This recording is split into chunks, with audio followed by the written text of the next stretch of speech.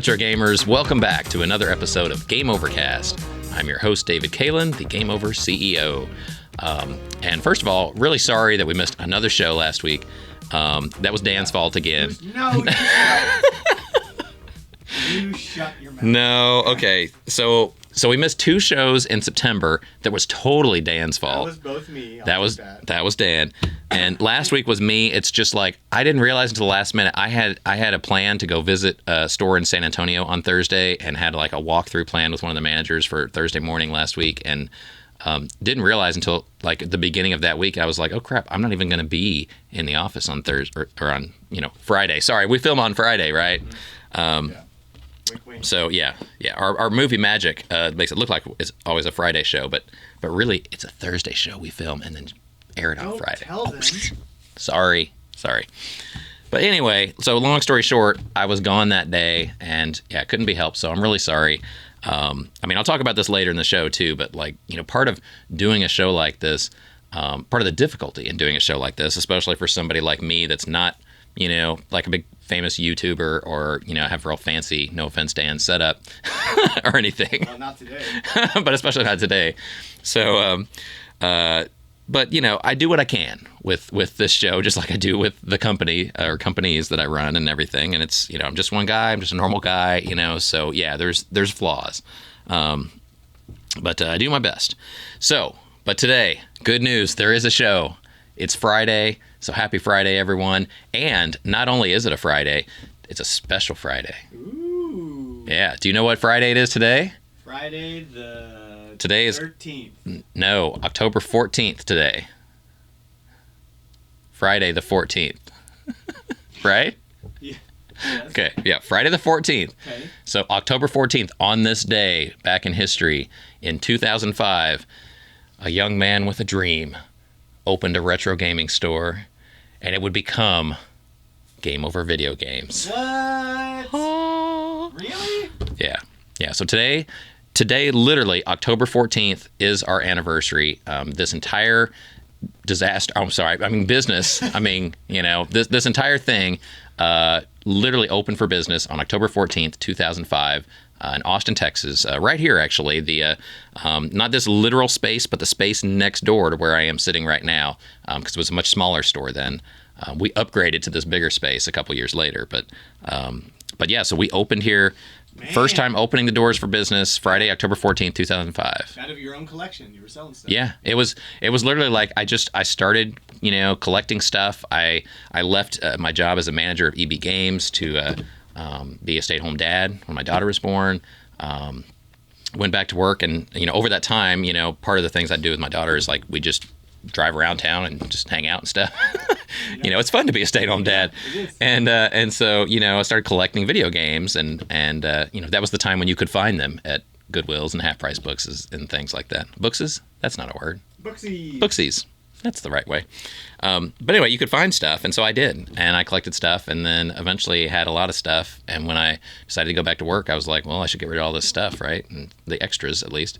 And the extras became Game Over. So yeah, it was at that time just me. I guess I should go into this in the feature section of the show. I'm going way into detail right now, but I'll tell you the whole story in the feature of the show today. So we'll come back to that. But it is our anniversary. So it's 17 years. So happy anniversary to Game Over and all of our current and former employees we've had over the years, which has been hundreds. We've had hundreds of employees at this point, and Dan is one of them. Dan was employee number 1. Woo! And number probably like 30 and number 74 or whatever. You're now 111. I don't know. I can't get rid of Dan. Damn it! I keep trying. I keep trying to piss him off, but he won't go away.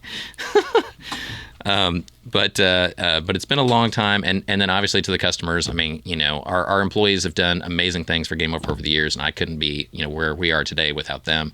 But also the customers that have shopped with us and people that have traded us their stuff, sold us their games. We really appreciate it. People that bought stuff from us really appreciate that.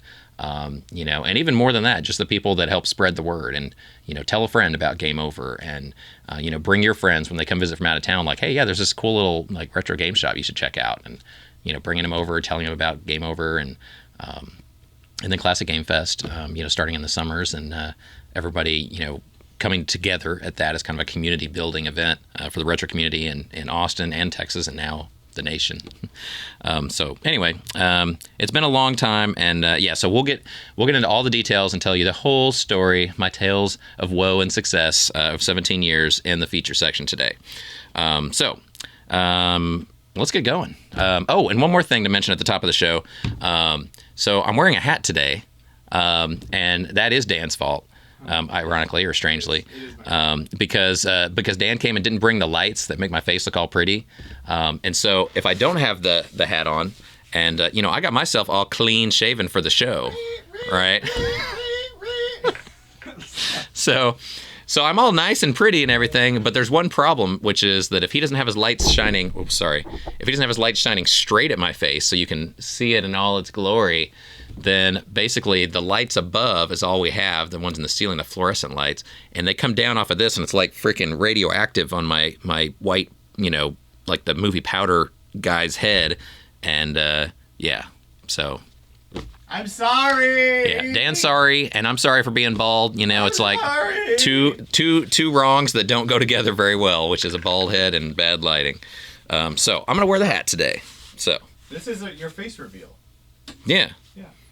But I am, it does feel nice. I mean, I definitely, from time to time, and by that I mean most days, don't really shave. I kind of trim around the edges every once in a while. Get that little neck beard going, and I have to shave that and get little cheeky fuzz up here above the beard, where it's above the equator. You're not supposed to, have beard up here by your eyeballs. So, I got to trim all that stuff.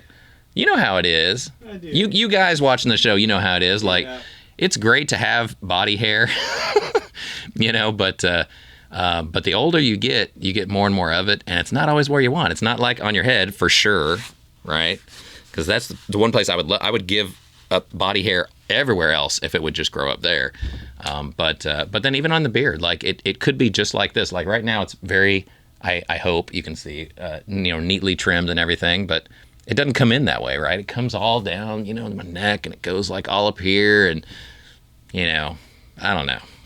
It's pretty bad. I mean, if you let everything go, eventually you look like Chewbacca or something. It's just, guy troubles, I guess. Anyway. So I'm all trimmed up, ready to go. So the only issue is no lighting today. So I'm going to wear the hat just so you don't go blind with the glare from my shiny head. So I'm doing it for you. So anyway, sorry if you can't see my eyes as well today. But let's get into this show. We're going to do level 1 current events and see what's going on in the world of gaming. And we're back with level 1 current events. So what's going on right now in the world of gaming? So big news. So last week when we missed the show, there was a big thing that happened, which is the Mario Brothers movie trailer came out. Woo! Yeah, so on October 6th, they premiered the trailer at New York Comic Con. It was a big deal. It's got like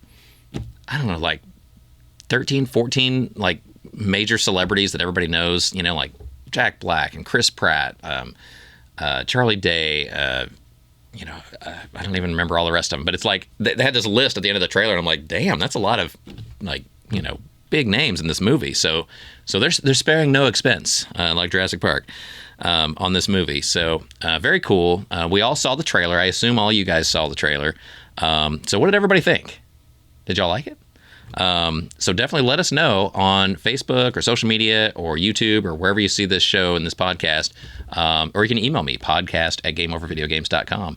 And let me know what you thought. What'd you think of the Super Mario Brothers movie reveal of the trailer, or the first teaser trailer? Did you like it, Dan? Yeah, it was great. Yeah, I liked it too. It was super good. Yeah, I mean, the only thing online that I've seen a lot of is the people hating on Chris Pratt for his Mario voice. He's fine. See, that's what I think too. I'm glad you said that, Dan, because I heard that and I was like, I thought the whole trailer was pretty good. Yeah. And I thought the voices were fine. Also, he said 2 words, so like. Well, yeah. How are you gonna like? You only heard a tiny bit of Mario, and I'm sure he'll do some, hoo-hoos and hee-hee. Oh, that's a me. I don't know. No, that's very Charles Martinet. Yeah, that's true. And he's in that movie. He's one of the people. He is. We don't know what he is. So I don't know what he is, but he's something in there. I don't know. But that was cool. They got him in there. Yeah. Mm-hmm. So Charles Martinet's in there. So I think it's going to be great. There's a lot of money going into it. Obviously, Nintendo protects their properties like a a vicious shark, please do. and so like they're not going to let anything happen to this and let it turn into like a turd of a movie. I mean, they're gonna really. I'm sure they micromanaged this process to death, so that the Illumination, animators and stuff were like, please, like, leave us alone. I mean, they were probably like living in their offices, like, what are you doing? What line are you drawing? What button are you pushing? What? Don't you make Mario look bad? And all in Japanese. They didn't even know. They're just like being yelled at in Japanese the whole time. I don't know, but I think it was cool. I hope you liked it. Anytime a big video game movie comes out, I think it's an exciting time, especially these days, because there's at least a 50-50 chance it might be good, which wasn't usually the case. So I think it'll be good. Yeah, we got Detective Pikachu was good. Sonic was good. That's one that a lot of people don't think about. Dan mentioned Detective Pikachu. It was great. And but that was a video game movie. Yeah. Not exactly like directly based on a game, but in that world. And Yes, it was. was that based on a game? There was a Detective Pikachu game for 3DS. Did that come out after the movie though? No, game first. Okay, I thought that came out after the movie. It's fine. You don't play games anymore. I don't. It's fine. Is Pokemon popular? No. Is that what you kids are playing You these should days? just The bring all Pokemons? your Pokemon games to Game Over and sell them. Hasn't anyone collected them all yet? Damn it. I've heard for decades, collect them all, collect them all, collect them all. And it's like, is it possible to collect them all? Because otherwise, you're just torturing people. You're just teasing. It's not nice. Get them all. Poor bastards. They'll never catch them all. Keep making more. There's more every year. There's more. There's going to be over 1,000 this year. Oh, man. Fun. You're welcome, Pokemon fans. Yeah. I like Pokemon. Yeah, I know. That's part of why I like making fun of it. Right now. Oh, Dan's... Show your phone to the camera. You know what Dan does when I do this show? Look what Dan is doing right now. Catching a Stantler. Bastard. It's right here next to Game Over. Go over there and do some show. Push a button or something, damn it. All right. So, anyway. I caught the Stantler. Well, good. I'm glad you caught your 1 millionth Pokemon or whatever. Like, you can sleep easy tonight. He's not on the loose anymore, that Pokemon, causing havoc. Okay. In other news, so I saw a cool article in a very strange website called Cultured Vultures. Oh, I've never heard of that, but I just saw it when I was searching around for like video game news and stuff, and it said top 10 easy video game costumes for Halloween. And so I thought, okay, it's like mid-October now, even though we haven't had hardly any shows in the past 2 months. But believe it or not, it's mid-October, guys. we're 2 weeks from Halloween, so it's time to start thinking about your costume. What are you gonna do for Halloween? Also, spoiler alert: Game Over every year on Halloween Day gives a discount if you show up in a video game costume. Ooh. So these are things that can save you money, literally, at Game Over. So this is what they said were the 10 easy video game related Halloween costumes. Okay, and some of these make sense. Some of them are just kind of, well, I'll get to that, I guess. Okay, Steve from Minecraft. That's one. You know who Steve is? Just like the generic Minecraft dude, like blue shirt, square head. Steve, I right? guess that's easy. You get a pickaxe and a... Yeah, you get like a pickaxe and look like kind of a normal guy but pixelated, or put like a box on your head that you... box on your head. Yeah. Just come to Game Over and dress like this and say you're Steve. Hey, I'm with the Steve. light, that's actually an improvement. It's my Steve from Minecraft costume. Man, I should license that box design to like a Spirit, one of those Halloween stores. Yeah. You could be David Kaelin. You can be the Game Over CEO costume. Okay, so one of them's Steve. So that, I guess, is easy because it's normal clothes, but difficult because it's pixelated. So you'd have to like cut out like a pixelated sword, or buy one in a party store or something. Cardboard. They probably have a lot of props like that in Halloween stores now. Yes. Okay, so another one, Kazuma Kiryu, I think, the guy from Yakuza, the Yakuza games. So it's basically just like a... Put jeans and a t-shirt? Yeah, just like Suit? kind of normal clothes, really. And that's why this list, like, it's cool, but a lot of them are like that, where it's like, okay, so you just kind of like wear normal clothes, and like, I don't know. And then another one, the Carl C.J. Johnson from GTA. So just the dude in just like the white, like, white beater. Oh, I shouldn't say that, probably. Like the white tank. Tank top. Tank top. White tank top. Yeah. Sorry.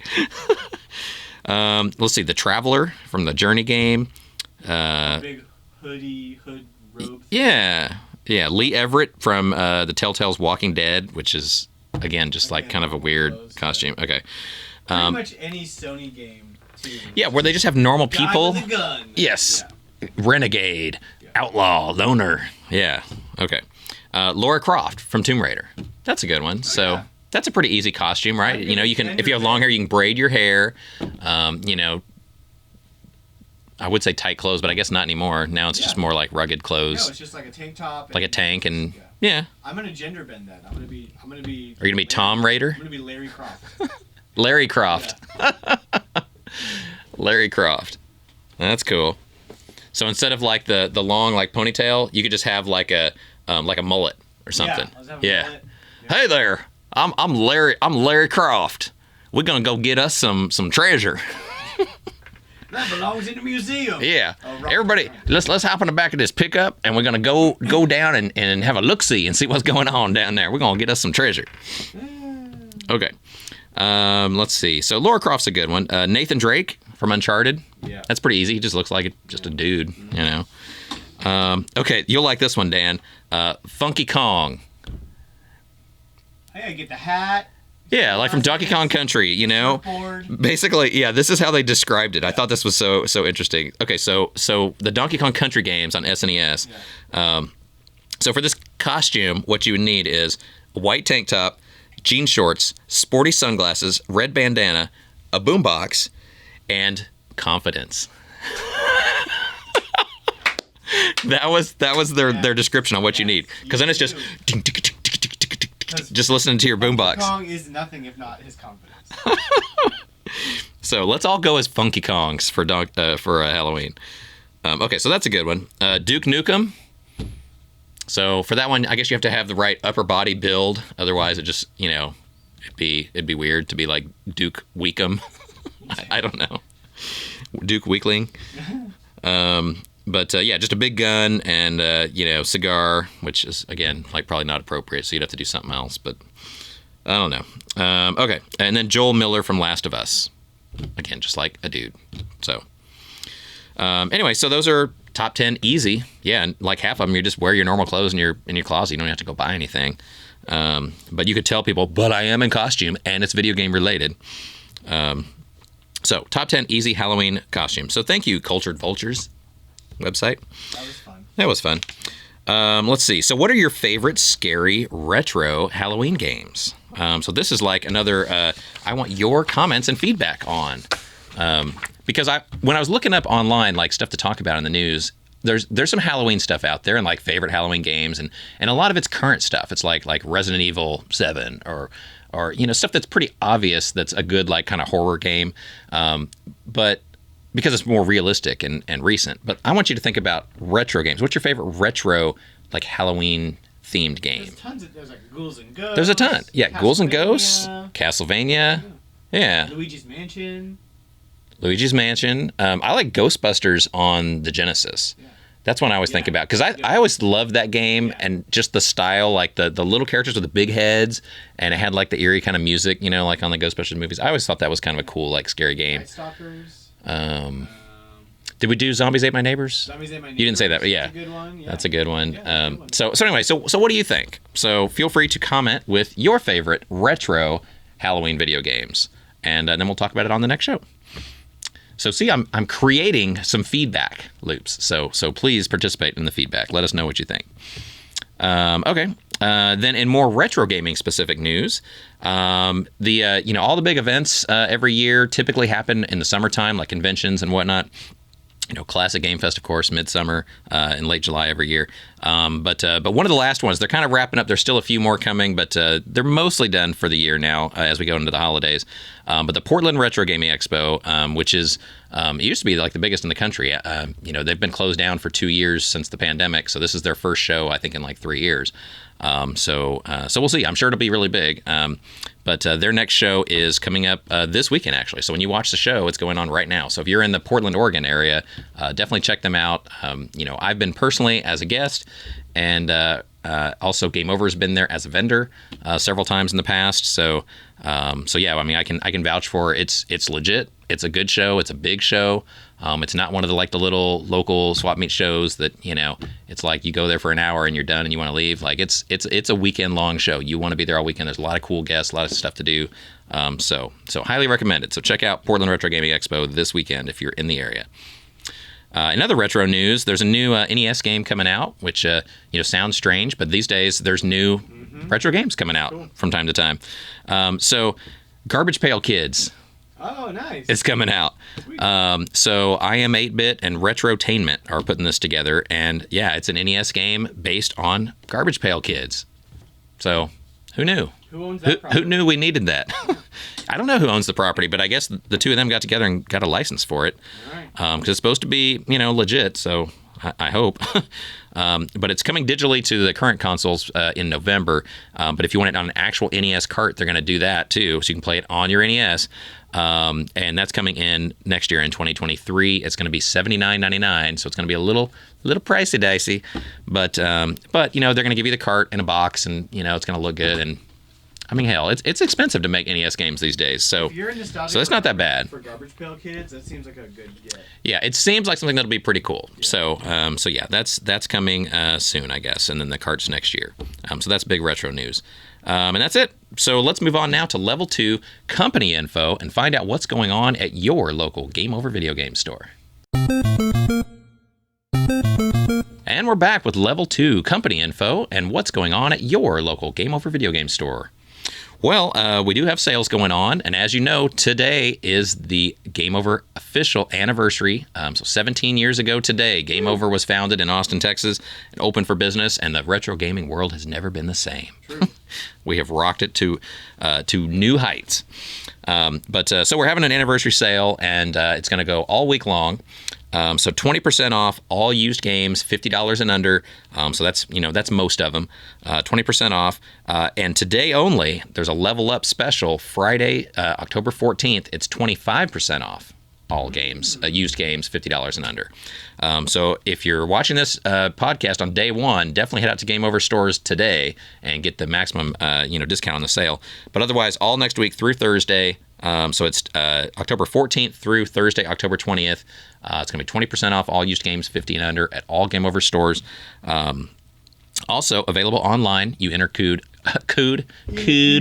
cool code, or code as I say, code GameOver20. So GameOver20. Do that online and you'll save 20% there. So definitely check that out and be a part of our anniversary celebration. So thank you for your support. Let's see. Trade and Bounty still going on Nintendo 64s. We're paying $100 cash for the black ones, $150 cash for the colored ones, and $100 each for GameCubes of any color. They have to work, of course. They have to look decent, not have big chunks or dog chews out of them or something. And you got to have all the cords and one brand name controller with it. So if you have a complete setup, that's the minimum you get for cash. If you have extra controllers, if you have games, if you have other accessories or collectibles, other consoles or games, we buy and sell everything. So bring it all in, and we'll give you a price for everything.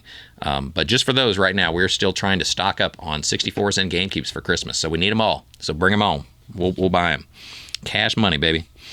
Let's see. That expires 11/23. So that's for the next month, basically, from now till day before Thanksgiving. So we are stocking up on those. So bring them on. Other events, we do retro challenge events in certain stores every month. And we just had the October one. So now we're planning for the November events. Those are going to be Saturday, November the 12th.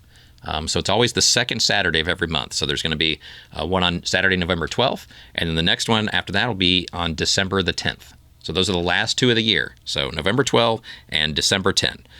So plan on those. And they're at these 5 locations. The one we have in Bellevue, Washington. The one in Arlington, Texas. The one in South Austin. The one in Northeast San Antonio in Selma. And the one in Houston on 1960 on the north side. Excuse me. Just had like a little burp. Bless you. Sorry, yeah. Gesundheit. I mean, so anyway, so check out those stores for their events. If you want to know what the game is and what the rules are and what the start time is, I don't know. Look it up. Check out their Facebook pages. They should have all the info there, the time, the process, the rules. Sometimes there's like certain levels of characters they'll announce in there, so you know what to expect exactly. And just go out there. It's free to play. There's prizes if you win. There's friendship and community to everyone. So it's fun. Go check it out. So that's coming up. Also, new products. You know, we're always getting new products in Game Over stores, and I like to bring them here first and show you on the show. So that's one of your big perks of being a Game Overcast viewer. Yes. So let's go through what we've got. Two things today, or two types of things. One is these new HDMI cable adapters from Hyperkin. So what's that for? What's it go to? It's an HDMI adapter for like old consoles that don't have HDMI. Like what? Okay, let me explain this to everybody. Okay, so in our stores, and they come in these kind of boxes, a lot of them, we have a whole section now of HDMI cables. I know. What's that one for? Okay, I'll get to that. I'm going to do the big picture and then I'll break it down. Fine. Just be patient. Okay, so we sell HDMI adapter my money, cables. David. Okay, we sell HDMI adapter cables for just about every old console now. So, you know, in the old days, of course, HDMI didn't exist, and so when you're trying to plug your your old console into your new TV, and you're trying to make the plug go in the sockets and they don't match because you don't want to use like the red, white, and yellow, you know, AV plugs, because that's lame. That's old school. You want a high def picture. So we have these adapters that convert the older consoles to HDMI signals, so you can plug it into your nice badass TV that you have now, and it'll look better. So hang on before you jump I just in. want to see one. I just want to see it. You're ruining my commercial. No, continue. Okay. Continue. All right. So, but if you're looking for HDMI adapters for any old console, we have them for PSP, we have them for Saturn, we have them for Neo Geo, we have them for TurboGrafx, we have them for Nintendo 64, we have them for GameCube, we have them for Super Nintendo. Why are you burying the lead so much? Just tell them what this does. So we have a lot of them. So if you want HDMI output out of your old retro console, come check out Game Over Video Games. So those are all regular ones, okay, that they've been making now for about a year or two, I guess, but we got a whole selection of them now. This is the newest. So now I'm getting to this, okay? So this is the new one. This is one of the most popular ones, which is the one that's compatible with Nintendo 64, Super Nintendo, and GameCube, since they all had the same adapter plug on them. Oh, And that's all you had to say. But you buried. I said a bunch of other You stuff. said a bunch of other stuff I didn't need to hear. Sorry. I'm continue. sorry. Are there Pokemon getting away from you over there? Oh, maybe you gosh. should go catch them. So this one, in addition to doing all three of those consoles, it has upgrades where this is the Pro level, Pro edition. So if a regular HDMI adapter is not enough for you, this one gives you extra little bells and whistles, which is it gives you 16:9 and 4:3 Has a switch on it. picture sizes, right? So you can do it in the original, shape or the normal now 16:9 shape. Also, it has different mode settings for like the color and adjustment, like brightness and stuff. It doesn't really say like what they're called. They're just kind of like ones that they created, but it's basically a way like when you hook it all up, you push this mode button on your TV and it cycles through different settings. So instead of you having to like get your, menus on your remote and like say, okay, what happens if I adjust the contrast now? What happens if I adjust the brightness now or whatever? Like you push these buttons and there's a couple of preset good looking options to choose from where it automatically changes like the reds and the blues and the whatever and the brightness and a little bit just kind of tweaks it. So it gives you, kind of more ease in setting the colors exactly the way you like. So 16:9 and 4:3 options for size, and then buttons to change like the tones and images and stuff like that on it. So $59.99, available now online at GameOverVideoGames.com and available in all of our retail stores. So this is like for the discerning gamer that wants a little higher edge and a more featured HDMI adapter. But for everybody else, I mean, we have tons of HDMI adapters for everything, like I said, and most of those are like $30. And so it's a great Christmas gift idea for a gamer in your life because they have a bunch of old consoles sitting around, and a lot of the reasons they don't use them much is they say, well, I don't know how to hook it up to this big TV that we have now. The plugs don't work. Or it just looks really bad when you hook it up. So get them one of these cables for Christmas. You know, it's a really good Christmas gift idea. So we'll have to do like a Christmas gift idea section on the show coming Can up. I open this? No, you can't open I it. have a question. What is your question? I can probably answer your question. It says on the back, So Dan has a question here. no additional power source required. Which Correct. is a big sell because I have a retro tank and that requires external power. Okay. And even the other Yeah. one of these that Hyperkin makes requires power. Mm-hmm. This one says no power required, but it has a micro USB plug right there. Yes. So It does have a plug, and we have looked at one of these, and it does have the plug, but Hyperkin. the plug is not used for power. I think the plug is used for potential for upgrades, but like firmware upgrades. yes. Okay. You can have it back now. But okay. But yes, we opened one up previously. Sorry, I don't want to open another one. But we did open one up when we first got these in and tried it out and got to see it on the TV. It does look, good. And you don't need to plug a power cord into it. So I can only assume that these days they just put a little USB plug on everything just in case you want to hook it up to a computer for something. Sure they need to, if they want to do a firmware upgrade or anything. Yeah, like so firmware, maybe if they have maybe this is for regular HDMI, maybe someday they'll up it to 1080, up it to 8K. I don't know, but it's not used right now on this or necessary to plug it in. That is very cool. So I'm interested in that. So thanks Hyperkin. Hyperkin makes a lot of cool accessories that we sell at Game Over. So we are always happy to be a partner with them. So then I got some more lightweight music to show off. So you know what the kids love? They love records. So very, very lightweight, portable, and inexpensive ways to listen to music. Oh, I'm sorry. Records are none of those things, are they? Okay. But they are cool looking, and they are collectible. So I'm going to show you some of the new ones we got at Game Over Stores and GameOverVideogames.com. So we got Mega Man 2 and 3, my favorite Mega Man games, their soundtrack. Look at that art, too. Very cool artwork. I mean, just to have this in your game room, like up on a wall, up on a shelf, I mean, it just looks awesome, So that's cool. Got those. Then we've got, let's see, Tales of Symphonia. What? Yeah. Look at that. Very nice soundtrack. Great. It's got a really cool, box, too. Box design. That's awesome. Yeah. Okay. Lots of Resident Evil stuff just in time for, not Christmas. I was going to say Christmas. Halloween. Forget my freaking holidays. Let's see. This is Resident Evil 5. Boom. Wait, Okay. Resident Evil It's hard to see these because they're so dark. But yeah, can you see the cover? Yeah. Okay. Resident Evil 5. Resident Evil, that's Nemesis, right? 3? Oh, Nemesis or Yeah, that's 3. All right. Nemesis. And then this big honking one is 4. Nice. Feel how heavy that is. Yeah, 'cause 4 is the one everybody's gonna want. 4 is the big one. Yeah, so that is, I think that's 4 records. It's 3 or 4 records in there, so it's freaking huge. Then another big one, Street Fighter 3. Wait, there was a Street Fighter 3? Street Fighter 3. There's actually 3 records in there. Hold on, there was a Street Fighter 3? There was a Street Fighter 3? Yeah. No, I guess there was. Yeah. I'm yeah. I know things about video games. I know. Well, Street Fighter 2 is what everybody thinks of, but Well, and then there's and then there's Alpha and Plus and blah blah blah blah blah blah blah and 4 and 5 and 6. yeah. Street Fighter Go that you can play on your phone. Street Fighter Go. Catch them all. Catch them all. Get back here, Chun-Li. Okay, so that's all the new products in Game Over stores, but there's actually a lot more coming.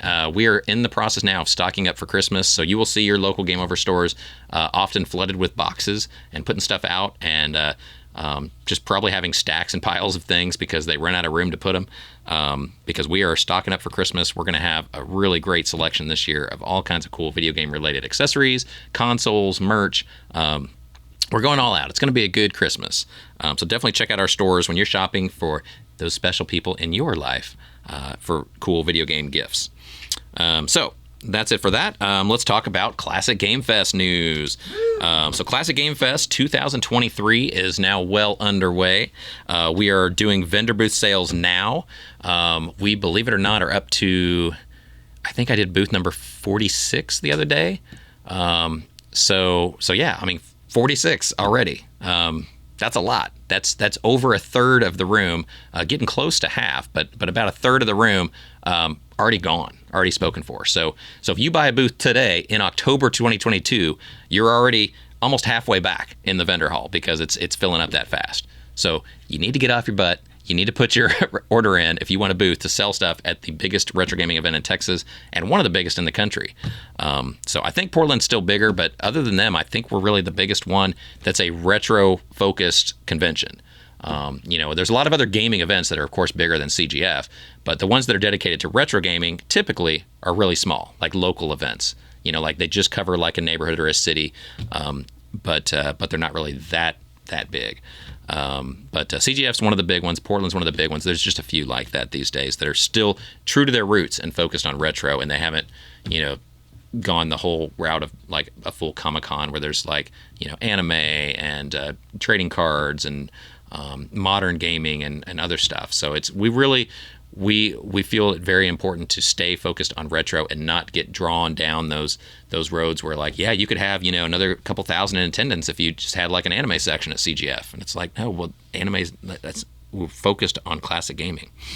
I don't want anime. Get my anime out of my game. Anime's fine, but like, it's fine, but I don't want it. When you're a Comic-Con, you do everything. But when, you're a dedicated, it's like if you had an anime convention.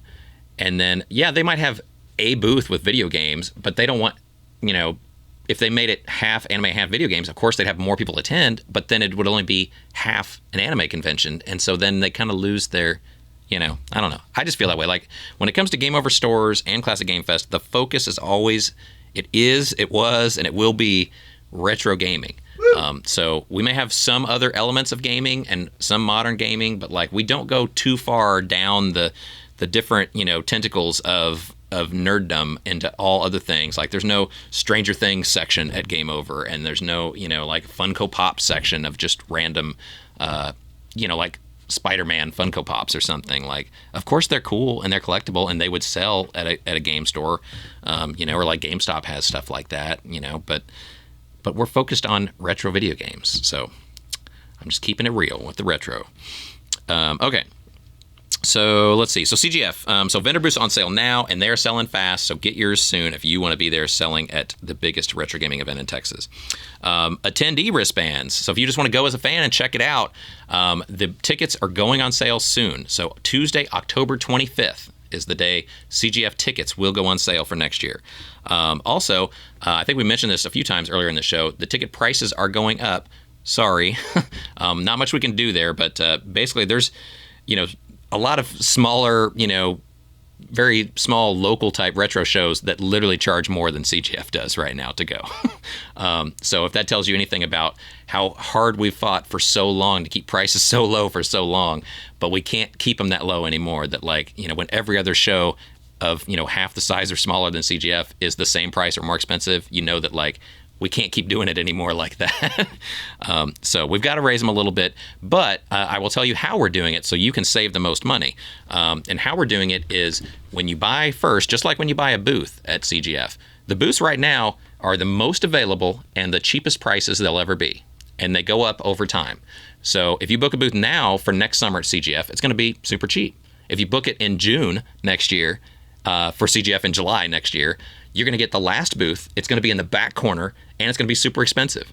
So I'll still sell it to you. I'll still take your money, but like it's not going to be the best deal for you. Same thing with tickets. When they go on sale in October of this year for the event next summer, they will be the cheapest they're going to be. And so if you buy them then, great. You save a lot of money, and you'll get a good deal on tickets. If you buy your tickets at the door at CGF next summer, you just show up in July, like, how much is it to get in today? Yeah, it's going to be like $50 or something because like you waited. So it's going to go up. So I don't have the exact prices yet, but it's going to, start low and it's going to go up every couple of months. It'll go up. So like 20, 30, 40, 50, whatever. But like it's going to be cheap now and it's going to be expensive at the event. So whenever you buy your tickets, that's up to you. It just depends on how much money you want to save. So I'll give you the full breakdown of prices probably next week on the show, or maybe the week after when they go on sale. But I'll give you all that information soon. We just don't have it all published yet. So that's news on tickets. Survey feedback. I actually got all the survey feedback all like pulled together now, and I've got a lot of comments on that. I was going to talk about it on the show today, but I'm actually going to do it on the show next week instead, so we can talk about the anniversary of Game Over this week. But so stay tuned next week, and our feature will be all on the breakdown of the CGF 2022 feedback from attendees and vendors. So that's coming up. Also, CGF Lost and Found. If you lost anything at CGF, please let me know soon. I do still have, a little box of stuff remaining. But if you lost anything, you can send an email to info at classicgamefest.com. That'll come to me, or at least I'll see it, and then just say Lost and Found or something in the subject line. And if I can find your thing, I'll get it back to you. Can you find virginity? I cannot find your virginity, Dan. I'm sorry. I lost it. I don't know where it went. You must have lost it somewhere along the line. I don't know. I thought it was at CGF. I hope you didn't lose it at CGF. I mean, I don't know. Maybe somebody did lose it at CGF. I don't know. I can't be everywhere at CGF. I try, but I can't be everywhere. So I don't know what happened in some of those booths. Anyway, so Lost and Found, let me know. Also, the T-shirts. We had the T-shirt shortage. We ordered more. We even ran out of our reorder on T-shirts, so we've ordered one more time. One more. Final 2022 CGF T-shirts, and we'll be getting those in this week. So if you've already ordered and already paid for your shirt and you just haven't received it yet, I'm just letting you know that you should be getting it very, very soon. We should be getting them in within the next few days. We'll be sorting them over the weekend, shipping them early next week, so you should get them by the end of next week. So they are coming soon, and we'll be all caught up. And sorry again about the shortages. We definitely won't let that happen again. We'll have buttloads of T-shirts next year, so just be ready for a flood of T-shirts. Okay. And that is it. So that concludes all the company events and news and Classic Game Fest info and all that. So now let's go on to level 3, the feature section, and do a full breakdown on the Game Over anniversary. And we'll take it from the beginning and talk about how it's evolved over the years. So let's do that now. And we're back with the feature section. And so on today's show for the feature, we're just going to kind of talk more in depth about the Game Over anniversary. And of course, my phone would ring right now. Who is it? It's past David. No, it's clearly spam because it's got some weird name I don't even know. That's right, and crank call them. No, I'm not going to do that. I'm not going to do that. All right.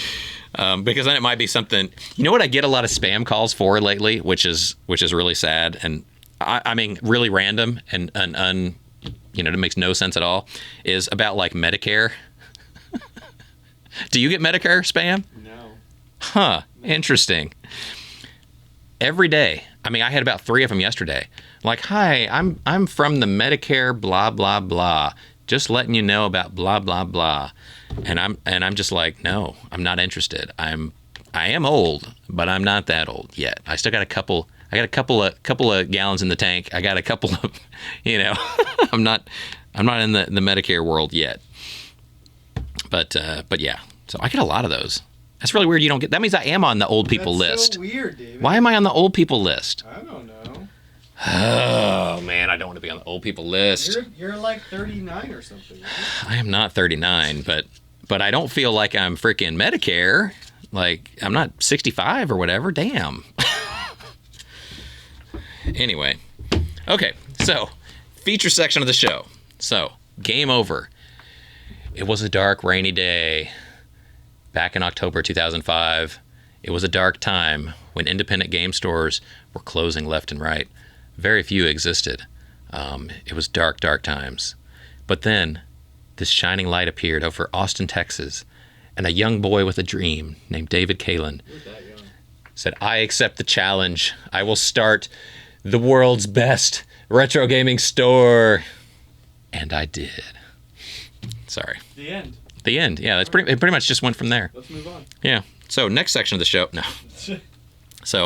So in all honesty, it was like I said earlier in the show. So just to give you the story of Game Over. Okay, I'll try and give you the abbreviated version because I know I've mentioned some of this on the show, I guess, but or on previous shows. But it really was a time when I collected a lot of games because I wasn't working, which you know what we do when we're not working, we spend money. But I mean, I collected a lot of games, a lot of duplicates. It was a buyer's market then, Yeah. right? Like in the early 2000s. I mean, retro stuff, it was, I mean, literally indie game stores were closing. You know, GameStop had just merged with EB Games, and so essentially the competition solidified into GameStop, and then everybody that wasn't GameStop was basically going away. They bought EB Games, they bought Rhino Games. Those were like the two biggest competitors, and after that, everybody was tiny, like Game Over size or smaller. And then those stores were mostly just run by like one dude, and one dude running a business. They can do it for a couple years, but normally once you hit like 5 years, 10 years, 15 years, or whatever, like a lot of people don't, even though they have a love of a product or they have a hobby that they enjoy or something, running a business is hard, and it's something that it takes more than that, right? It takes more than just liking something, because running a business, it's about like customer service, and it's about accounting and taxes, bills, labor laws, construction build outs and stuff, and money. And a lot of things come into play that people they don't think about, or they don't give too much, emphasis to. And, it's not hard to open your own business. That's not hard. That's the easiest part. So people celebrate that moment the most, but that's actually the smallest achievement, is opening the store. The big achievement is making money off that thing, and making money off that thing, not just once in a while or, in a few years, but like consistently, and being able to stomach the rigor of the schedule and all the requirements that go into running that business year after year after year. And it's tough. It really is. And so that's the real achievement. That's the real challenge. But it really was a time when, retro games were aplenty and cheap. But the people that sold them were going out of business left and right, or merging and becoming GameStop and basically getting rid of that old stuff, going all in on the new. And so, I thought I would be just one of those, hobby people, one of those people that, like, I had a mind for business. I always wanted to have my own business. And, I like video games. So I thought, well, I'm going to, buy up some of this retro stuff and sell it. And that'll be my little shop. And, there's literally a Atari joystick in the logo, because at the time I literally thought that most of what I'd be selling would be Atari stuff, because it's like that age, like, 70s, type gaming stuff, and up to maybe NES. But little did I know, when we opened, I mean, it's more like Nintendo and Super Nintendo. So, the Atari stuff, even in the beginning, was not the sellers, the big draw that I thought it would be. So that's how things, they change from what you think at the outset of sometimes doing something like this. But anyway, so I did it, and it's a big achievement, to get it open and do that. But then, over time, as it grew and became successful, it definitely gets harder, right? Like it's more of a challenge. It's nice when more people come in, and it's nice when you sell more stuff, but then you got to have more stuff to sell, and you got to work harder to like process and clean it, and you got to staff the store. And in the beginning, we opened on it was just like this year. It was October 14th, 2005, and it was a Friday, just like October 14th this year is a Friday. And I remember we opened on that Friday, and on Saturday the 15th we got broken into. We talked about that on one of the first shows we did, I think last year, but yeah, literally got broken into that next day. So it was not off to a super smooth start, and definitely rattled, my nerves and my wife and family's nerves. Like, what is he doing? How long is this going to last? And it was scary, and that was my first break-in. And now I guess I'm kind of numb to it, because now after so many stores, over so many years, we've sadly had a lot of break-ins. Yeah. I would guess at this point, after 17 years, and I've opened, we only have 12 stores now, but we at one point had 16, and some of them have moved too, so different locations. So I've probably opened, maybe 20 stores or so. Jeez. And and they're each one, it's like birthing a baby. It's like you take a lot of pride in it, you put a lot of thought and effort into it, and when they're broken into, it's a violation. You get hurt. It hurts you financially, but it also hurts you emotionally. It's like, man, what asshole just messed up my kid, my creation, what a jerk. and it's hard, but yeah, over 17 years and that many 16 stores or whatever, like, I've probably had, at least 50 break-ins, probably more. So it's several a year for 17 years. And, it never gets easier. There's a call in the middle of the night, like, this is your alarm company. An alarm's going off. Is everything okay? And I'm like, no, it's 3 a.m. Like, oh, I don't work my people that hard. There should be nobody there at 3 a.m. And so then you got to, drag your butt down there and clean up glass. And, it's always a big, thing. And, the sad thing with break-ins is always like the cleanup and the cost of replacing the door, the glass, the lock, the little logo that says game over on the door and stuff. You add up all those costs every single time, maybe except once or twice, but almost every single time, the cost of the repairs is more than the retail cost even of the stuff that people steal. So like dumb. it doesn't add. It's so dumb. Yeah. I used to say, like, it would be cheaper for me to just tape $100 bills to the doors of the stores when we close at night, and just say, like, please take this instead of breaking this glass. So if somebody comes there in the middle of the night, they're like, oh, okay, fine, maybe I won't break into the store. I'll go get some, whatever, drugs or alcohol or whatever with that. But it's literally cheaper. Because once they break that glass and come in your front door and, jack up your lock and everything, you're at $1,000. Yeah. Right there, just for the door. That's before they even touch anything. You're at $1,000. So it's nuts. But yeah, I mean, it's a roller coaster, right? And so whether it's break-ins, whether, once you get into hiring people, nobody that you hire, and I think all of our employees, like I mentioned early in the show, like, we've had literally hundreds of employees over the years, because it's retail. People don't stay here forever, but so I get it. But we've had hundreds of employees over the years. Most of them really, really good, really nice people, worked really hard, contributed a lot in terms of ideas and marketing and just helping develop the processes of the company with me. And so I consider a lot of them partners and friends and valuable, like, contributors over the years.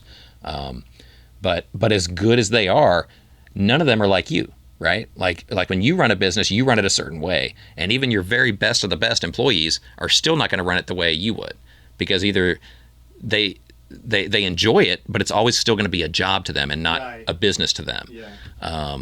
And so, it's tough to find, good help. It's tough to find good employees, and that's only gotten more so over the years, and especially these past few years since COVID. Now it's insanely hard to find good people, because everybody wants, super easy jobs, super high amount of money, all kinds of benefits and perks and stuff. And, and in general, just even generally speaking, people don't want to do retail as much anymore. They don't want to work in stores or restaurants, They want to, I don't know what they want to do, but they want to not do that. And so it's tough. So essentially, like running the business, it's it's hard to get started, but that's the easy part. Then once you get started, it's hard to maintain over the years and keep up with the stress and the labor and the supplying new products and bringing new customers in, because you're always gonna lose some customers over the years. People age out of it, right? Like, there's times you play video games a lot in your life. So there's times you don't. You have kids or get married or something. A lot of people's like, oh, I got to sell my collection. We need money. We need a car. We got a kid. We're buying a house, whatever. And so sometimes people get out of it, and then, that it's cool when you get to buy their stuff, or when they get into it, you sell them a bunch of stuff. But once they leave it, you lose a customer, a recurring customer. You got to always be bringing in new customers. Yeah. Once a business stops bringing in new customers, it starts to shrink and fail. So you got to constantly be growing. And the pressure of doing that and keeping it running, keeping your staff, adding new customers, keep the current customers coming back. Right, you have to make sure that everything, you're constantly either, bringing in new stuff, re-merchandising the store, rearranging things, doing something to make it feel fresh all the time, so it doesn't get stale, right? You don't want the employees to get boring, the store to get boring, the customers to get, basically tired of coming to shop with you. So, it's a lot of effort to do that. And so, yeah, it's a lot of work. And so if you know anyone with a small business, I can assure you they're not rich. They don't have an easy job. They're not making tons of money. They're probably the opposite of all those things. They're probably, if they say they have a business, you should say, wow, you must work your ass off. My condolences. Wow, yeah, I'm very sorry to hear that you have a job or your own business, because that means you work your butt off. You probably work crazy hours. You probably do stuff, on holidays, weekends, middle of the night, break-ins and stuff like that. You probably have hiring issues where, you have to trust people, and every once in a while, some of those people probably let you down or betray you or steal from you or stuff like that. And then you got to make up for that. You got taxes to deal with, you got bills to pay, you got to deal with, rent increases, every year, tax, issues every year, labor, costs go up every year. The list just goes on and on and on. And so, at the end of the day, anybody doing this type of job that has their own business, they have to really love that thing or product or industry, and they have to have at least some degree of like business and financial sense, where they enjoy that part of it too. Because if you just have a hobby you love, but you don't like paying bills and you're not very organized and stuff like that, it's going to be a nightmare. That's a hobby. And it's not going to work out. That's a hobby. Don't make it a business. Yeah, because business is kind of a boring job, right? Like my job, a lot of times I have people obviously to run the stores. So I don't work in the retail stores anymore, but a lot of my job now is, responding to emails, paying bills, planning and purchasing products and stuff like that. And, it's often not very glamorous, but you have to do that to keep the business running. And some people start the business just for it to be fun and glamorous, and they like, I have a store, and they like, being behind the register and having the mom and pop kind of feeling in the store. And I had that, and that was nice, but like you can't have it at this size. So it's difficult at this point. So it's, crazy starting a business. Luckily for me, this grew pretty consistently and pretty well over the years. I never really made a ton of money doing it, believe it or not. But we were always successful. We always made money. But actually, I take that back. There were some years we didn't make money. Most of the time we made money. But every year we would put it back in. So like if we made money in one year, we'd maybe open another store the next year. Bring out a couple more people to help, whatever. And then that money goes away, right? So it was constantly like, the money we would make, we'd reinvest in the business. And so it just, kind of keeps growing like that. And, now at this point, it's crazy to look back and think that, it's been 17 years of doing this, and something that, that I started, that was kind of a hobby and kind of for fun. And just, I kind of wanted to have my own business, that it came together so well, and that I've been able to, to stomach it, stomach the stress of it. I still love it. That's why I keep doing it. But it's definitely not because, I buy a bunch of games because like they go into my collection. They don't go into my collection. Like anything we buy, we resell. Like I want the money, not the games. Right. And that's the difference. Like if I just bought for me, we'd never expand and we'd never be successful, because it would just be like my little hobby shop buying games for me to play. My little hobbies. Yeah, but I don't want a hobby shop. I want a legit business. And and I'm the facilitator of the retro game collections of, thousands of gamers across the country, and I take a lot of pride in that. And I'm involved in those communities, and I'm happy to be a part of those communities.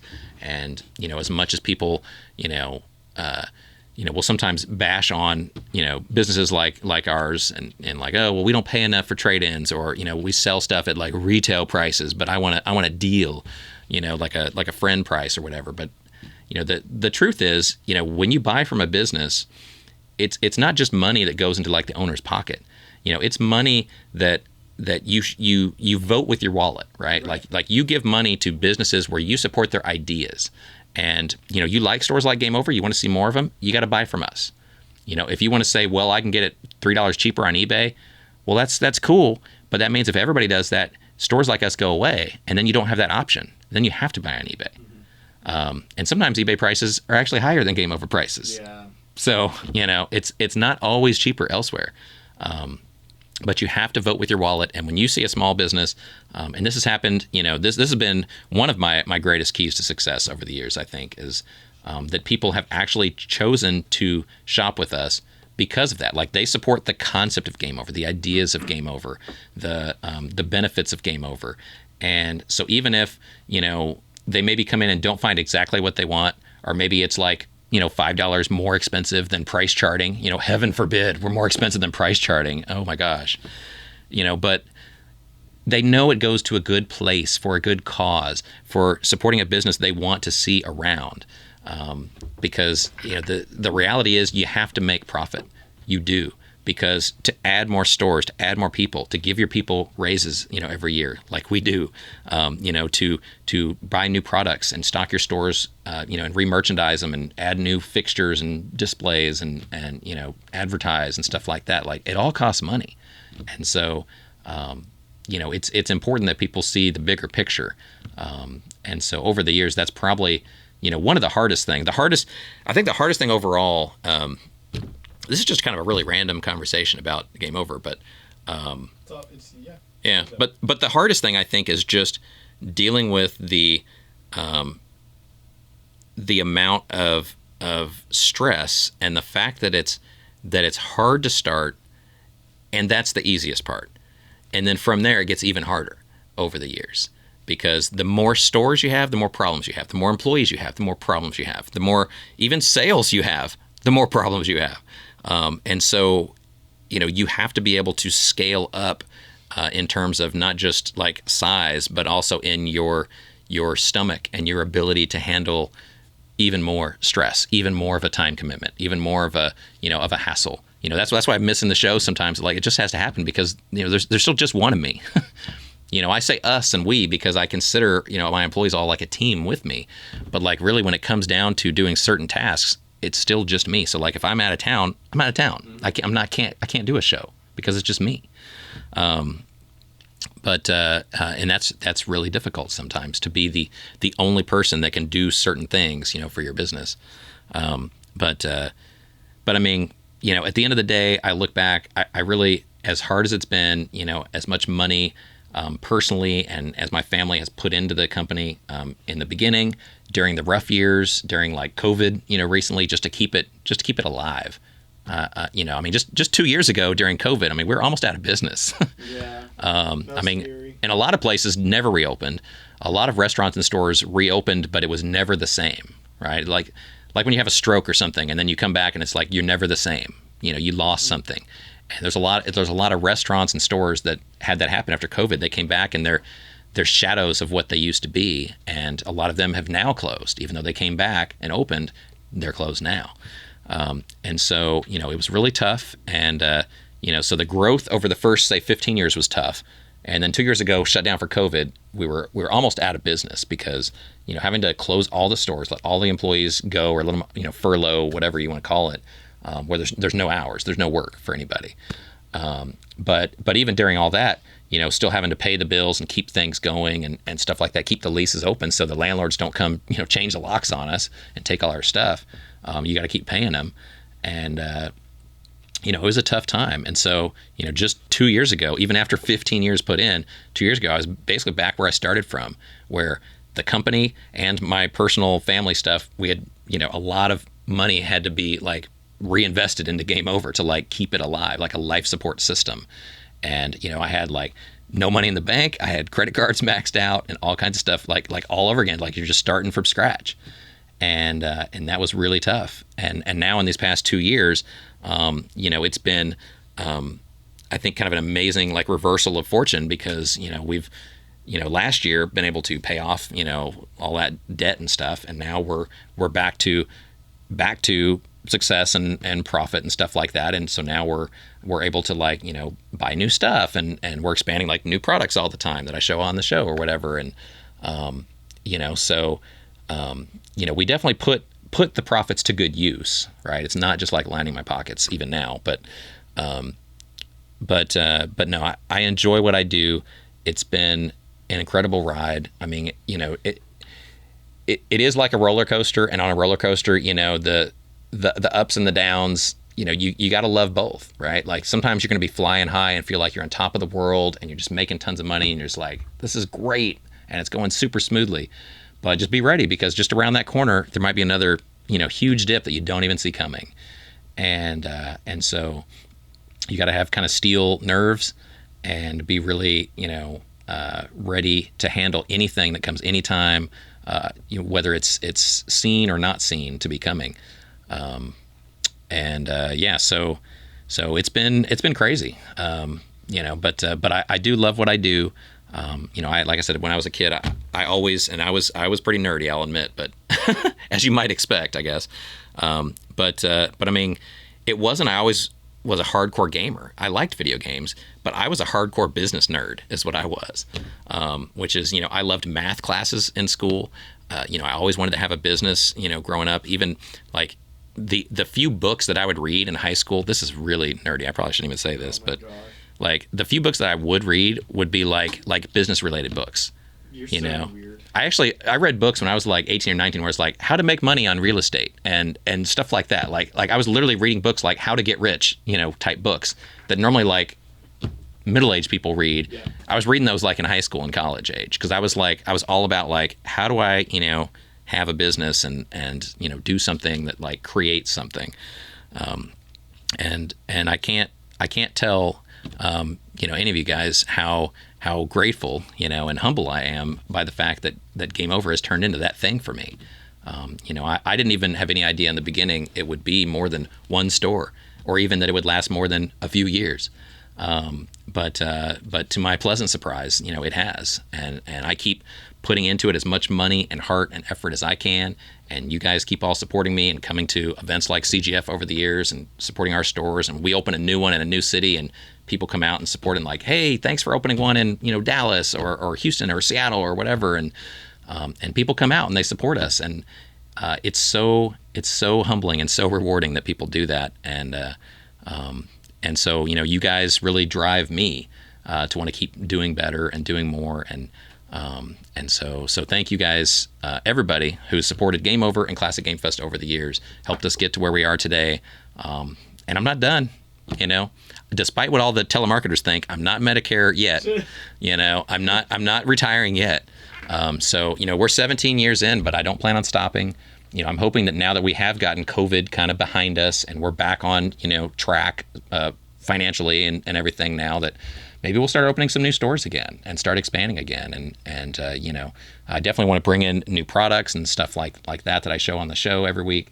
And your support is what is essential to make all that happen. So thank you guys. I know I owe it all to all of our customers over the years and our employees over the years. Even customers and employees that are no longer with us, that have left the hobby or left the industry or whatever, that over the years, everybody at every step along the way has helped. And Dan has helped. Yes. Dan was employee number one. Yeah. And like I said, there's literally been hundreds of employees now since Dan. And Dan and I still stay in touch. And I stay in touch with a lot of employees. It's former employees and former customers. There's some customers that I remember from the first weekend of Game Over. I mean, I remember somebody I met on the first day Game Over opened, and talking to them and just when I was in the store, I talked to customers every day, and a lot of times the regulars, they'd all know me because it was I was the only one there. But I mean, there's some people including this person from the opening day that I still stay in touch with. I know Dan's been with me, on and off for years and years. And like TN just left recently, but he'd been with me almost that entire time for like 14 years. So I've got, a lot of, what I hope are like lifelong, friends and contacts, over the years. So whether or not they still shop with us or work for us, it's like the bonds are pretty strong. And the people that I've met along the way and that have helped along the way, I'll never forget. And so thank you. Thank you all. You're welcome. Yeah. So man, it's been a wild ride. So let's do maybe another 17 and then I'll be Medicare. I'll call it quits. Okay. No, I mean, seriously, I don't know how long it'll go. But I definitely will keep going, keep pushing. I still enjoy what I do, and I'll keep doing it as long as that's the case. There will come a point where I'm too old and I don't want to do it anymore, or there's no market for it because everything's digital and nobody even buys or collects retro anymore. Who knows? Maybe that'll happen. But I don't know. But right now, never. Yeah, never. I hope never. I do hope, even regardless of me or Game Over, like I do hope physical stuff still has a market, because every time something goes fully digital, you lose a part of like Stadia. the culture. Stadia just they're closing, Google Stadia, yeah, and all that stuff is just in their service. it's all vaporware now. It's just all gone. You're gonna be able to play Yeah. the game. So Dan's saying Google Stadia is gone now, and so all those games are gone. And I think they're actually refunding some people that actually bought a bunch of the Everyone. stuff. If you spend money So on that's it, they're that's nice, because otherwise it'd be most companies that are digital, when they go out of business, they just say, well, too bad, we're shutting down the servers. It's very You know. slightly less crappy than. Yeah, but that's not the norm though. Normally digital stuff, and it's happened with like Nintendo and Xbox and stuff, like when they Yeah. change their online platform or licenses, change hands or something, they no longer support it, and they're like, sorry, your digital stuff's all gone, poof, but as a culture, like you need artifacts handed down from generation to generation, where you can see a thing and talk about a thing and show future generations a thing and have it be physical and not just like conceptual. Not just like, well, we had these things called video games, and it was an actual box you hooked into this other box that was a display, and you had a little thing plugged in called a controller.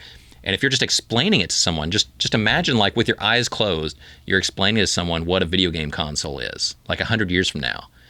And you're like, okay, there was a cord that connected them, and the screen, and like, what about your visor? What about your VR thing? And what about like on Back to the Future, like what is it, a baby toy? Yeah. It's like You gotta connected with a use your wire. hands? You gotta use your hands. Come on, man. But we got to keep this history alive, and so I'm happy to be a small part of video gaming history, keeping it alive, and I hope it does continue for many more years, either with me or without me, but I'm happy to do it, and thank everybody for the 17 years. And I'm sorry that was a very random and long feature section, but I do really appreciate the business, and it has been a wild ride, but it's not over, so it goes on, it lives on. And through it, I live on, and I reach out to other gamers and connect. So even if it's not me behind the register anymore, I'm behind the scenes helping facilitate you guys all connecting to retro video games, and that makes me feel good. Makes me all feel good inside. Warm and fuzzy. Warm and fuzzy.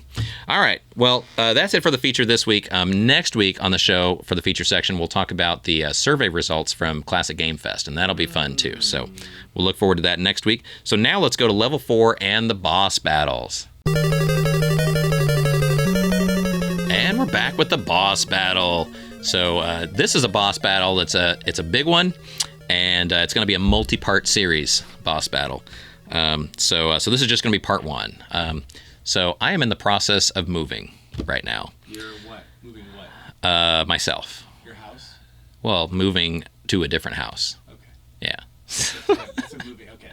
I didn't know. So Dan thinks I'm moving the house. No, my house is not on wheels. It's an actual house You're that's not staying. moving your RV? The house is staying. I think I'm going to move. Let's start the engine. Bye. There goes me in my house. Oh my God. No, I have an actual house on a foundation, and from even before Game Over time, like literally my wife and I bought this house 21 or 2 years ago. 1999. Holy moly! About the year 2000, right? Like before Game Over time, bought this house. So our first home, our starter home, whatever that we bought, we've basically had and raised almost both of our kids there, and been there, for a long time. And, we finally decided. We've been talking for years about moving, but it's, like I said earlier in the feature section, like it's never a good time, right? Yeah. Because doing a job like Game Over, like I travel, it's up and down. It's sometimes, we make money. Sometimes we end up, not making money. And so it's like financially kind of up and down too. And so, it's hard to time that, finances right and everything. And, but yeah, we're just finally deciding to like get off our butts and actually move. And so we're moving to a different house, same area. Like I'm not leaving town, I'm not leaving Game Over or anything like that. This is just moving from one little house to another little house. And the newer house is just, a little bigger than the older house, because it's, that's part of the reason to move, right? Is you want more space. And so So the battle is just the move, which is tough. I haven't moved. Like my kids have been in this house forever. Like they were born in that house. Never known anything else. One is now off to college, so it's actually kind of mean to her because she's going to come back and be like, "Well, this isn't my old room. Bummer. Sorry, we moved." But it's it's been long overdue. Like we literally have right now in our current house. I mean, we have boxes stacked in rooms. We have wall to wall furniture in every room. Like we've grown and expanded our families and our lives, many times, and just we've outgrown the walls of this house so badly for so long. Our garage used to house both of our cars, and then it housed one of our cars, and now for the past like 5 years or so, it's neither of our cars, and it's just boxes and crap, and just like so we need to clean house for one thing, but moving is going to help facilitate that. So it's a battle because it's a lot of time, it's a lot of effort. And it's not something we do or have done in a long time. When we were younger, like I guess a lot of you guys watching the show, I assume a lot of y'all are, 20s, 30s, more like a Game Over customers. And so when you're young, you're moving all the time, because you're like either renting apartments that change every 6 months, or you haven't gotten to the point of getting married yet, maybe, or having kids or whatever. And you hit those certain life moments, and you start needing bigger places, and you have kids, you need more rooms and stuff like that. But when you're younger, you just kind of move all the time, and it's just you just move from place to place. But we've been stuck in this place for a long time. We feel like we've been kind of in a rut, and so we're finally getting a new house, or we got a new house, and so now we're moving. So the good thing, one of the good things to come out of this battle, I think and hope, is that I'll actually have more of a game room. Like the owner of Game Over doesn't really have like a game room in his house, believe it or not. Like, I have one, and started to set one up when I was before Game Over time, when I had just a small amount of stuff, and I started to set one up. And then, once I started doing Game Over, it just, I had less and less free time, as that, like the problems with running a business, like, and so as much as I had the room, I didn't really, have as much stuff anymore, and I definitely didn't keep it all like, merchandised and set up the way I like it. If you know the way I run a store, and I like to think I run it pretty tip-top, neat, organized, stuff like that. My game room was none of those things right now. It's a lot of stuff in boxes and things not like games not with their system, and systems not hooked up or easily hooked up to the TV, and so it's like you got to find this and you got to find that, and you got to where are the games and where's the plug, and and by the time you figure all that stuff out and make room and stuff to play, like, the time is gone. And so ultimately in this new place, like one of my goals, my personal growth goals for me is, I'm going to dedicate some time at home to like set up a game room. And so maybe I'll talk about that on the show or show pictures or something along the way. But like, Cool. For right now, I can just tell you that like, that's one of the reasons and one of the perks of moving into a bigger house is now we have like a room. So I'll have a room. So yay for that. And yeah, so it's stressful right now. Finding a house was rough, and but I will say that for anyone who's thinking about moving soon, like it's aside from interest rates being high, which that part sucks for a lot of people. I know that changes your whole like perception of should you move and how much house you can afford and stuff, and that part definitely sucks. But at least when you live in an area like Austin, Texas, like I do, and it's literally like and statistically one of the fastest growing metro markets in the United States, and it has been for like 30 or 40 years. So it's gone from sleepy college town to like major metropolis in like 20 years. It's crazy how much it's grown, but the housing market here is insane. Like our little starter home that we live in now and have lived in for like 20 years, like we bought it for, I mean, I shouldn't really talk about money, I guess, but like we bought it cheap, right? Because we were young and we were just got married. We had no money. And so like, it was like just over 100,000, I'll just say that. Which is a lot of money, and like at the time, like that was like, our stretch budget. Right. But now like there's not a house anywhere in or around Austin that's not worth like $500,000 or more. I mean, it's crazy. It sucks. So like selling our house, You like can't buy a house. no, but it's but you but you sell your old house and you make a fortune, and then you buy another house. And Well, that's so good for you, but that's not good for like Well- anybody in their 30s. no, I know, but like it's been such a bad market and a bad time to buy a house for so long, and the fact that we've had this summer like inflation issues and the markets have slowed down a little bit because of the interest rate hikes and stuff. Like, at least you can buy a house, because like before, like about 6 months ago, if you were buying a house in Austin, I mean, the day it would go on the market, there'd be like 10 offers put in, and they'd all be for over the asking price. So like most people that put an offer in on a house and offered more than the person was asking would still not get that house. Like, it was that bad in Austin. And so now, luckily, I guess, I mean, it's still not cheap. It's still super expensive to live in Austin. But at least we were able to get a house that like, we feel like we got, a good deal on, relatively good deal on. And it's a time when people were dropping their prices, and a time when we didn't have to fight with 10 other people bidding it up over the asking price. Like, so it was actually kind of the reverse. It was, we bought it, we got it less than the asking price, we got a good deal. And so, that is practically unheard of in Austin for decades. And so it is kind of a bad market, but it's also the first time it's been somewhat of a buyer's market in decades in Austin. So anyway, so we're moving, and I'm excited and nervous, and it's more stress and time commitment for me. So it'll be interesting to see how that affects the show and my work and everything else. But like I said, I'll hope to do updates. So this will be part 1 of the new house, and so I'll let you know how that's going, and we'll be like packing soon and moving, soon, and then I can show maybe something from the game room as I start to set things up in there. So anyway, so boss battles, house shopping. At least that step is done, and so now we can begin the process of packing and actually moving soon. So that's my personal life boss battle.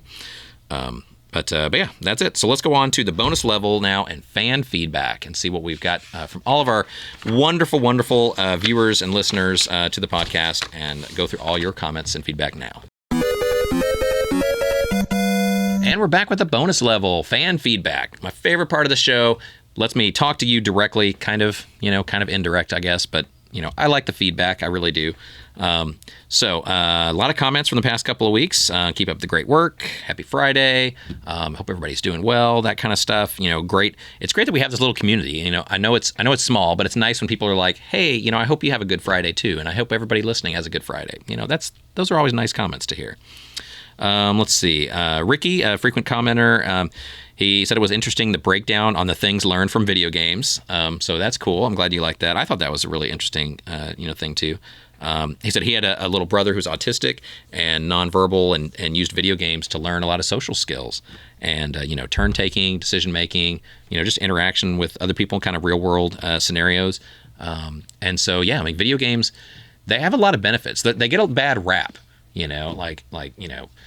whether it's Mortal Kombat or Grand Theft Auto, over the years, there's always, going to be naysayers to say, oh, video games are horrible, they're corrupting people, but there are positive things, you, by dedicating yourself to a goal and then working hard and sometimes failing often, but still working hard to get to and achieve that goal. Those are things that are going to help you through life. And so, video games are a great tool to teach people resilience like that. And so just like we talked about on that survey on the last show, I agree. I couldn't agree more. Like doing something like Game Over, and like I described earlier in the show, being such a really involved and difficult thing. Like have I failed at things during Game Over? Yeah.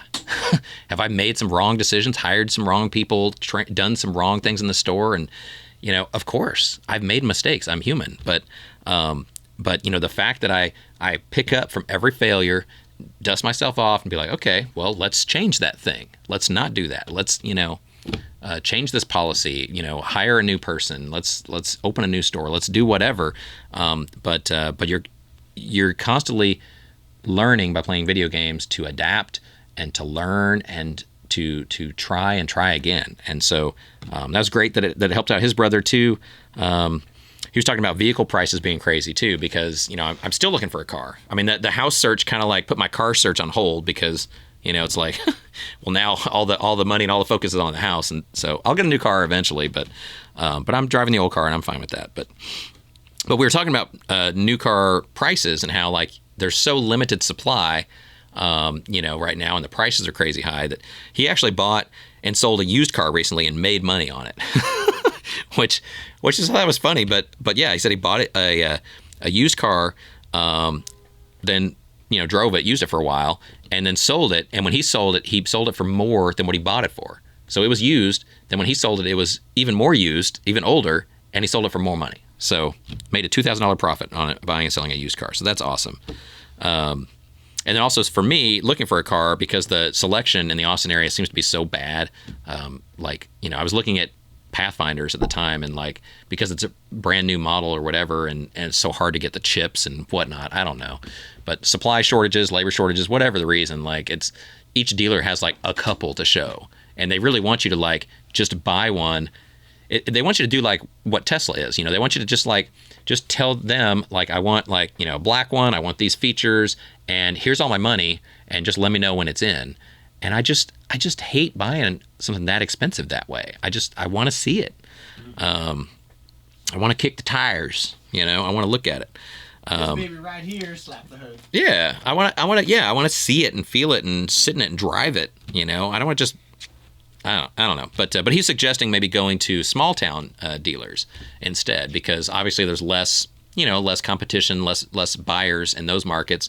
And so if I went maybe out to the rural areas around Austin, maybe they still might only have one or two cars, but at least they might not sell as fast, and they might be more willing to make a deal on it, because the Austin dealers were straight up like, no, like there's no deals, there's no coupons, and you have to buy like dealer, the dealer package or whatever that they basically just tack on a bunch of profit for their, salesman of the month or whatever into there. So anyway, but yeah, like I said, that's kind of on my back burner right now. So I'll hopefully come back to the car search sometime soon. And he's asking about wrapping the new vehicle. Potentially, yeah. I mean, I think wrapping the car for business has been a great tool for Game Over. So I definitely would like to do that again.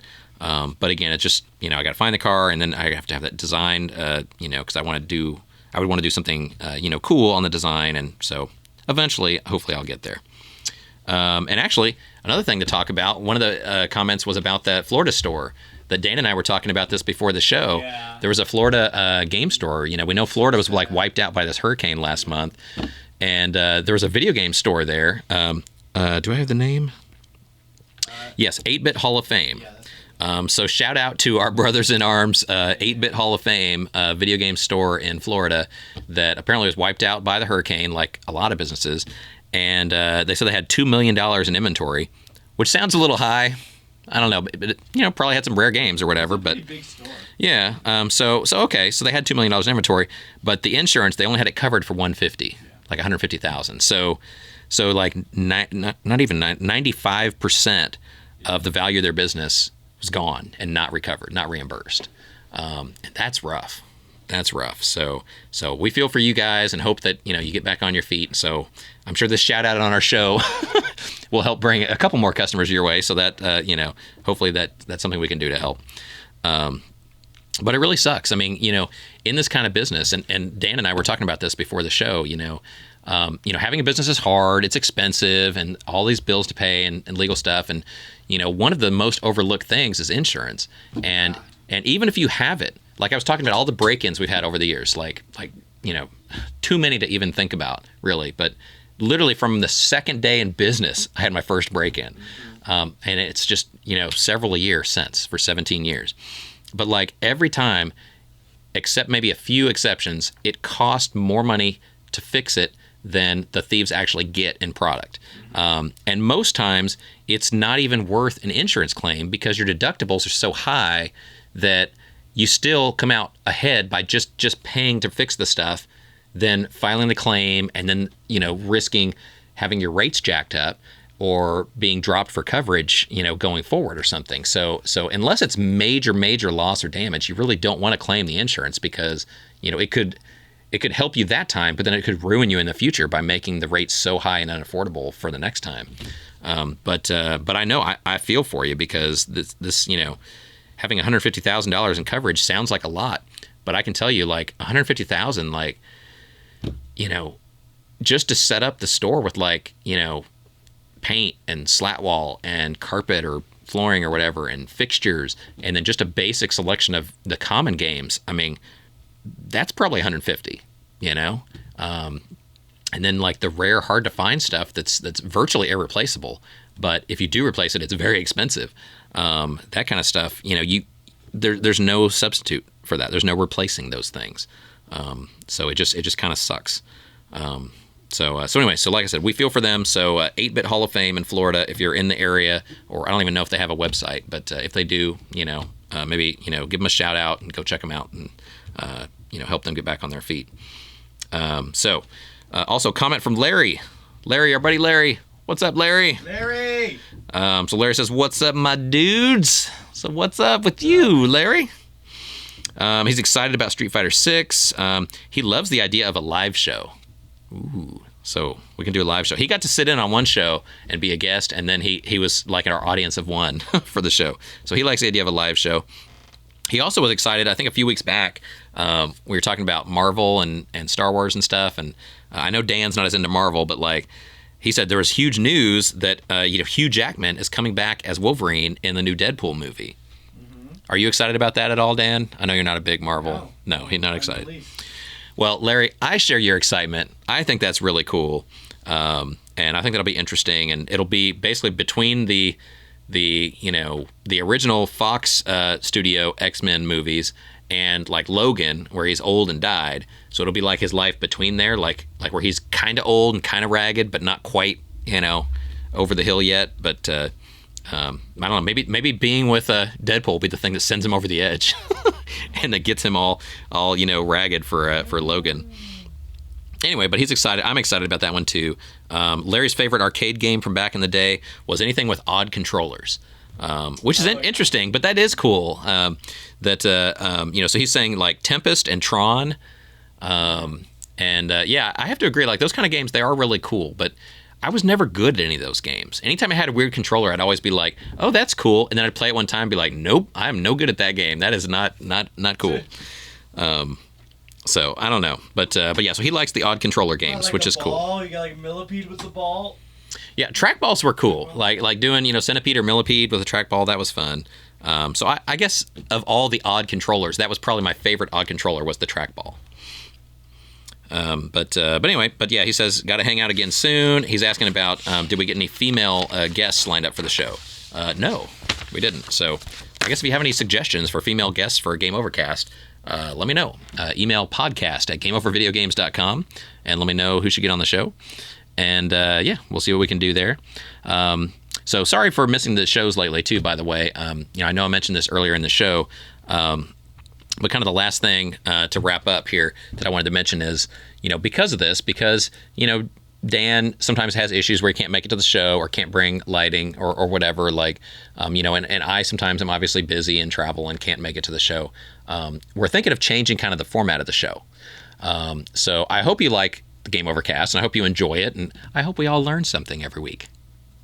But seriously, if we don't, and if you know, there are things that you want or think should maybe be changed, please let us know, because we're actually kind of, you know, thinking about changing it up and maybe going to a more, instead of this kind of real segmented format where, you know, there's, you know, news and there's current events and there's, you know, sale info and feature and boss battles and stuff, that maybe we go to just a bunch of smaller videos and just post them more often, where it's not every Friday or every other Friday or whatever we can do, but it's just randomly, you know, but shorter videos that are easier to digest, I guess, or more social media friendly, because nowadays, you know, everybody wants stuff, you know, short and fast and quick, and you know, and they look at the show sometimes, I think, on YouTube or on a podcast or Facebook or whatever, and they're like, Better, faster, they're like, oh, Game Over, that sounds cool. Oh, David, yeah, he's super sexy. I would watch that show. Ow! And yeah, but then they see the time and they're like, ooh, an hour and 5 minutes. Like, ooh, I don't have that kind of time. So, you know, I feel you, and you know, I don't have the hour plus the hour or two of prep time that goes into making it either. So we're trying to figure out ways that we can maybe make it a better show, maybe even a more frequent show, but just by breaking it into smaller chunks, or maybe do different things at different times, so it's not all together every week, and we can. Anyway, so if you have any thoughts about the show, like what stuff you'd like us to add to the show, let us know. Or if you'd like to maybe suggest that we do go to a smaller format or more informal format, where instead of me just sitting at a desk with these certain segments of the show I do every week, regardless, then maybe it's just more of just a cell phone kind of show where I just go around and just show myself, checking out like this cool Pac-Man arcade or something. And, I'll just do like a little 5-minute segment on my phone. It'll be less professional looking, but more frequent posts. So let us know if you think that would be a better idea. But at least for the time being, we're thinking that we're going to continue the current format of the show through the end of this year. So that'll be 1 full year of kind of this format, this season 4 of Game Overcast. And then for season 5, or from Christmas and beyond, we might change it up and do something different. So let us know. Now is the time to give us your feedback by either commenting on the stream, on YouTube, or on Facebook, or any social media, really, that we can see. Or you can email podcast@gameovervideogames.com and let us know what you would like to see on the show. Because we do it for you. I mean, Dana and I like each other. We like hanging out and stuff, but we do the show, for you. So let us know what kind of show you would like, and we'll try and do that. So like I said earlier in the show, thank you so much for your business and support, not just now or recently, but over the entire 17 years. If you have ever worked for a Game Over store, if you've ever shopped in a Game Over store, if you've ever told a friend how cool a Game Over store is and they should check it out, or brought a friend who was visiting you from out of town to a Game Over store, thank you so much. If you've ever gone to Classic Game Fest or told or brought a friend to Classic Game Fest, thank you so much. That support and everything you buy, even if you come in and just buy a soda from us, or you just buy, some like $5 or $10, swag trinket, like a keychain or something, like every single dollar you spend with Game Over or Classic Game Fest, it helps to, enlarge the Game Over community, the Classic Game Fest community, the retro gaming community. And, it helps us to, buy more stuff, open more stores, hire more staff, be better at what we do to help you, to be in that retro gaming community that we all love. So thank you for your support over the years. Thanks for watching the show too. Subscribe if you're on YouTube. Click the button or hit the hit the bell. I don't know. Whatever the hell you do on YouTube. Or something. Hit, some stuff. Ding, click, push. I don't know. Whatever you do. Like it, subscribe to it. If you're on a podcast, you can like it or subscribe to that too on whatever your streaming platforms are. So thanks so much for the support over the years. Really appreciate it. Hope you have a great week. And next week we'll be going over the Classic Game Fest attendee and vendor surveys. So lots of fun there. So look forward to that. And so we'll see you next week. So everyone have a good week. Be safe, and game over.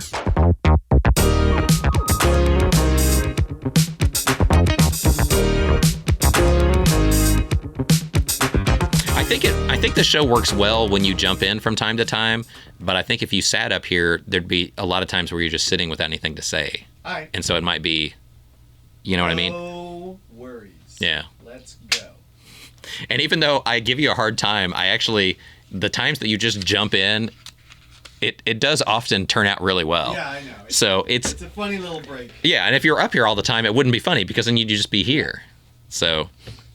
Okay. That's one of those like you gain by subtraction. Less is more. Yeah, less is more. Because you're just the special little sugar and sprinkles on my show. On the cake. Yeah. You're not like the boring sidekick. You're like the spicy sprinkles. I'm the ketchup on the fries. Yes, and we all know that the ketchup is better than the fries. Yeah, I'll just drink the ketchup. Oh man. Can I get normal ketchup?